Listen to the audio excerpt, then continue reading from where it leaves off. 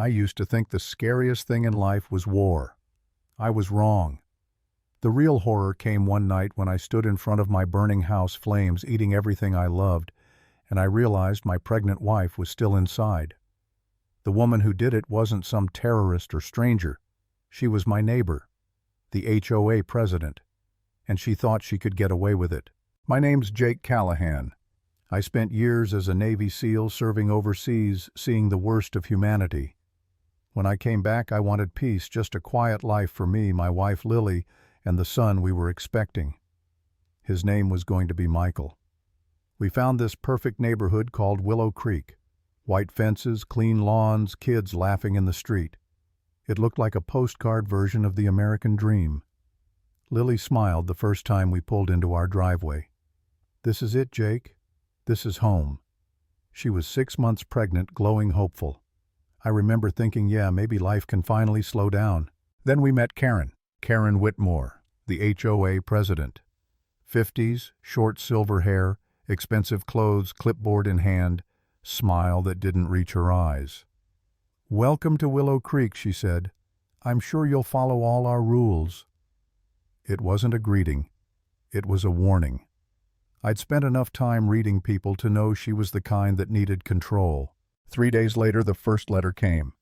"Your mailbox does not meet HOA standards. Replace it within 10 days or pay a $200 fine." Lily laughed.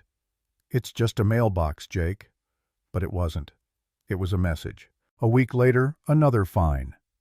This time, our car was parked 18 inches from the curb instead of 12.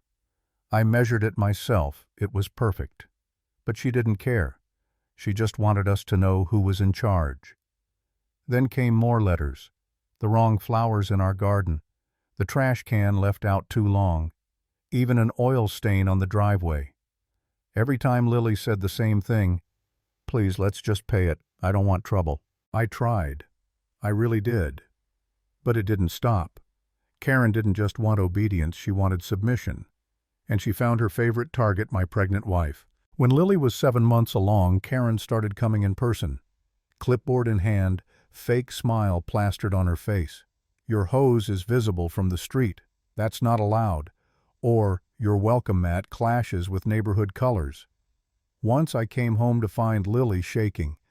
Karen had let herself into our living room, said she needed to inspect interior decor because some neighbors didn't like our curtains. Lily told me later she felt violated, like a stranger had walked through her safe space and turned it into something ugly.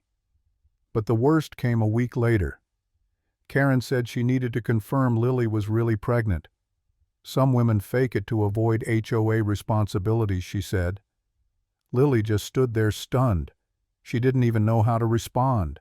That night I held my wife while she cried. She wanted to see my medical records, Jake. Who does that? I started keeping a log. Every visit, every threat. My military instincts kicked in.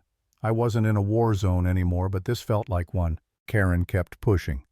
"Your husband's truck is too aggressive for this neighborhood. That porch light is too bright." Always something. Always smiling while she did it. By October, I was done being polite. But Lily begged me, "Please don't make it worse. Not now." So I waited. I told her we'd get a lawyer after the baby came. That was the plan. But plans burn fast. I was on base that night when my phone rang. It was Mrs. Patel, our neighbor. Her voice was shaking. "Jake, your house. It's on fire." The whole thing. I don't remember driving home. I just remember the smoke. The glow from blocks away. I jumped out of my truck, tried to run in, but the firefighters held me back. "Sir, it's not safe. My wife's inside. She's pregnant." I fought them until I collapsed. When the roof caved in, I knew she was gone. Lily, my son, everything. The fire chief found traces of gasoline. It wasn't an accident. It was arson. Murder. I told the police about Karen, about all the harassment. They listened, took notes, asked questions. Then they told me she had an alibi, book club, 12 witnesses. She smiled in their interviews. Calm, confident, untouchable. For a moment I started to doubt myself. Maybe I was just paranoid. Maybe grief was messing with my head. But then Mrs. Patel mentioned a silver SUV near the house that night. Karen's SUV. That was enough for me. I buried Lily and Michael under a gray sky. The whole neighborhood came.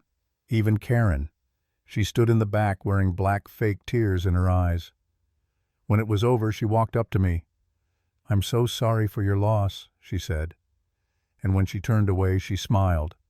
I swear she smiled. That's when I made my decision. The law couldn't touch her. But I could. I rented a small apartment across town. No furniture, no decorations, just a wall covered in notes, photos, documents. I started digging into her life. She'd been divorced twice. Both husbands cited mental cruelty. I tracked them down. Both men told me the same thing: Karen was obsessed with control. One said she got him fired by calling his boss with lies. The other said she tried to have him arrested 3 times. Then I found records, old police reports from Willow Creek. Families leaving after accidents. Pools, poisoned garages, burned cars, vandalized. Every time Karen filed the original complaint. It was a pattern. She harassed them until they left. If they didn't, accidents happened. Then I found him Tony Ritchie. Handyman. Small, nervous, drove a white van. He'd been at every scene. I hacked Karen's email. What I found made my blood run cold. Tony, the Callahans are still here. The pregnant wife's getting close to her due date. They need to go now. Make it look like an accident. $5,000 bonus. She'd ordered it. I wanted to storm her house, end it right there, but that would have made me the criminal. I needed proof. So I planted bugs, tiny listening devices. One in Tony's apartment, one in Karen's office. Days later, I heard her voice through my headphones. "Relax, Tony. No one can trace the fire. The house burned fast. There's no evidence." "Tony, what about the husband? Karen? Let him ask questions. If he becomes a problem, we'll handle him too." That's when I realized she wasn't just evil. She was proud of it. I spent the next week setting my trap. I confronted Tony, first cornered him behind a bar at 2 a.m. "You murdered my wife," I said. He tried to run. I pinned him against the wall and played the recording, his own voice talking about the fire. He broke instantly. "She made me do it. I didn't know she was home. Please don't kill me." I told him he'd do exactly what I said, or he'd go to prison for the rest of his life. He nodded, trembling. "That's how we set her up." Tony called her, pretending to panic. "Karen, the cops are asking questions. I think they're onto us. I need money to get out of town." Karen sighed. "Fine. Meet me at Riverside Park at midnight. Come alone." Perfect. That night I was already there, hidden in the dark, recording everything. Tony sat on a bench, shaking. Karen arrived right on time, clipboard replaced with a black handbag. "This better be important," she snapped. Tony followed the script. "What if they find out about the fire? What if someone saw me?" "No one saw you," Karen said. "We did what we had to do. Those people didn't belong here. That woman was having a baby who would have grown up just like them, trashy and worthless." I stepped out from behind the tree. "You're right, Karen. What's done is done." Her face went pale. "Jake," I held up my phone. "You're done. I've got everything: your confession, the emails, the payments." She looked at Tony, realization dawning. "You set me up." Her mask finally cracked. "You think you're better than me? You ruined this neighborhood."